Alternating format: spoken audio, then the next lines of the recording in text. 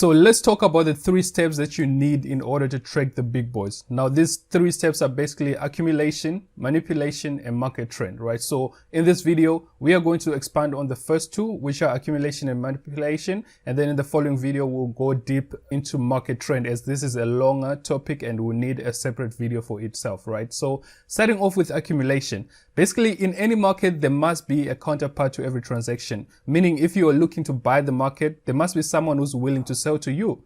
Just like in our everyday living, for you to buy something, there has to be a seller of that goods, or there has to be a buyer for the goods that you want to sell for a transaction to take place, right? So same goes for the Forex markets. If you're looking to sell, then someone needs to be willing to buy your current positions at the price that you're selling them at. Now, the big boys positions are large, so they always enter them over time, bit by bit, so to not reveal themselves, their positions in the market, right? Otherwise, it'll be easier for all retail traders to follow them. And this basically leads to the first step to spotting them, which we refer to as the accumulation of a position. Because of the massive volumes banks control, they have to enter their position over time. That often shows visibly as ranging or sideways price action on the charts. Now, remember, when it comes to the market, we're either trending up or we're trending down, or sometimes we're stuck in a ranging market or sideways markets, which is basically what we call accumulation. So we call this accumulation as they are areas where the big boys frequently enter or accumulate their desired positions over multiple hours or even longer. Ranging can last for just a few hours, or sometimes it can go for days and even much longer than that, depending on the market situation, market condition of that time. Their function is to make the market, hence the name market makers. So they make money by accumulating a long position that is later sold off for a higher price.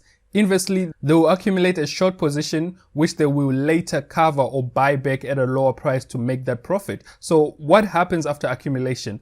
Well, that leads us to our second step, which is manipulation. So basically with manipulation, there'll be a lot of times that you feel like you are entering the market at the wrong time. This is a very common feeling among traders. There will be times that you feel like the market just waits for you to enter before it instantly turns and goes in the opposite direction to your trade, which is another very common feeling among traders. Now get this, not only is that true, yes, it's actually true. We have a term for this crucial step, which is called market manipulation, which is our second step in figuring out where these big banks are making their moves. And it's very essential to tracking banking activity in the Forex market. In a simple term, the market manipulation is just the big boys searching for liquidity. What is liquidity? Well, liquidity is considered high when there's a significant level of trading activity in the market, and also when there is both high supply and a high demand for an asset at the same time. And that is what we call liquidity. As it is easier to find a buyer or seller during such moments, the manipulation or force move that comes at the end of that accumulation phase is the most important factor in tracking the big boys. So basically, an example, as you can see on the screen, we have the bearish manipulation example here. So basically what happens in a bearish manipulation, there is a stop hunt or a force push beyond the high of an accumulation period, which likely means that the big boys have been selling into the market, and the short-term trend in that direction is likely to start.